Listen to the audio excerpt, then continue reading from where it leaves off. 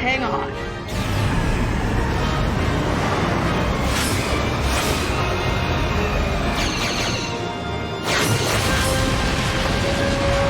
Well done, Ensign.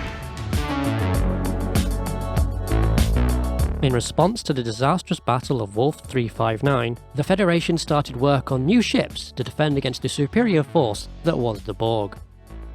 First among these new designs was the Defiant class, a small but extremely powerful vessel, with none of the luxuries or science labs that Starfleet vessels were ordinarily equipped with. In essence, it was Starfleet's first dedicated warship. During shakedown, it was discovered the vessel could barely contain the power generated by its own engines. This, combined with the diminishing presence of the Borg, meant that Starfleet shelved the project. It wasn't until the threat of the Dominion that the vessel was given a second chance. Unlike other Starfleet vessels, the Defiant class did away with the customary saucer, engineering and nacelle layout in favour of a lean, almost single-part body. The swept-back nacelles, combined with the hull's subtle teardrop shape and the protruding deflector dish, gave the whole craft a sense of speed and purpose. Breaking from the standard Starfleet vessel design towards a compact and concise form exemplified the shift in design philosophy required for a warship. This pattern of simple practicality continued internally. Hallways were narrow, crew quarters were Spartan and had double bunks, transporter pads were compact, mess halls were grim-looking, and the bridge and engineering had the bare minimum to function. It was a utilitarian ship, and everything about the design supported that. A set of forward-facing phaser cannons made up the primary armament of the class. These differed from standard phasers by firing a volley of projectiles that were much more devastating on impact at the cost of significantly limiting the range. To make up for these shortfalls, a number of standard phaser emitters were also installed. Torpedo launchers were mounted in the shoulders and aft of the main hull. These were capable of firing both standard photon torpedoes and advanced quantum torpedoes, as well as various scientific probes. Mines could also be deployed from the ventral surface, but it is not clear exactly what they were deployed from. Standard deflector shields were the main defensive system on board, but the class had a number of design features to further improve survivability. Its high maneuverability and small size drastically decreased the probability of being hit, and the almost total lack of windows and inset bridge reduced the likelihood of serious damage. The USS Defiant herself also had special ablative armour designed to disperse incoming energy weapons fire.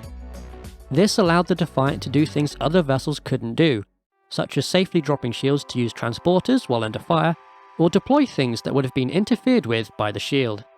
Another unique feature of the USS Defiant was a cloaking device, loaned to the Federation by the Romulan Empire. This was in exchange for intelligence on the Gamma Quadrant and the Dominion. The focus on powerful front-facing weapons meant the Defiant class engaged in dogfights with similarly sized opponents, and strafing runs against larger targets. Having supplementary phaser emitters and aft torpedo launchers allowed continued strikes after a strafing run or engagements on chasing craft. These tactics worked especially well in restricted battlefields and against oversized opponents. The need to close to short range left Defiant vulnerable, but this was offset by being able to take hits or even completely avoid incoming fire. However, such a strong offensive focus meant the class was vulnerable when taken by surprise, and its small size led to boarding actions being extremely effective. An experienced crew and captain with familiarity with these issues was tantamount to getting the most out of the ship. Sickbay was very small and was only intended for patient stabilization before moving them to other facilities as needed. This ship simply wasn't designed to handle many casualties. As the prototype of the class, the USS Defiant had a number of unique problems. After being pressed into service, her overpowered engines meant work on the structural integrity fields was required, and the Romulan cloak wasn't strong enough to fully mask the vessel without powering down other systems. The austere shared crew quarters and the lack of any recreational facilities on board made long-term deployment hard on morale for personnel used to other Starfleet facilities. This meant key assignments like escort duty were not the favourite of Defiant crews. When docked, the Defiant class was always shown with the deflector dish facing the docking port, but there was no way for people to move between the craft and what it was docked to. The Master Systems Display, or MSD, confirms that the docking mechanism was supposed to be in the nose. This could have been a retractable docking tunnel under a hatch, but there wasn't one present. The MSD also shows a set of retractable landing gear, though these are never mentioned or used. Another oddity was the ventral shuttle bay doors, which shared their position with the tractor beam assembly. This could be explained by a refit, but there is at least one instance of a shuttle being launched before that particular tractor beam is shown on screen, and there are no other visible shuttle bays. Like many things in visual effects, the scale of the Defiant class changed dramatically. Sometimes it's comparable to a much larger Vorcha, sometimes it's dwarfed by a Sovereign. Some sources say the deflector nose segment could be used as an oversized detachable torpedo in a last resort situation, but the MSD doesn't support this capability. The one chance shown on screen to use it, Lieutenant Commander Worf instead opted to prepare for ramming speed! Starfleet's first warship was very successful in combat when it had the appropriate support, and saw deployment as part of fleet actions and smaller battle groups with others of its class. Against the Borg, it took hits that would have completely destroyed older vessels, and survived with heavy damage. The Defiant. Adrift but salvageable.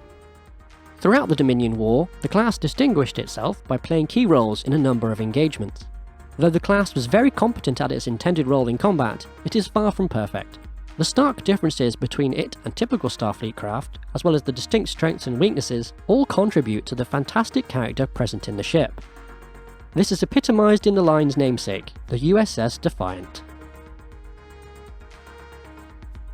If you enjoyed this video, please leave a like and consider subscribing for more. Thanks!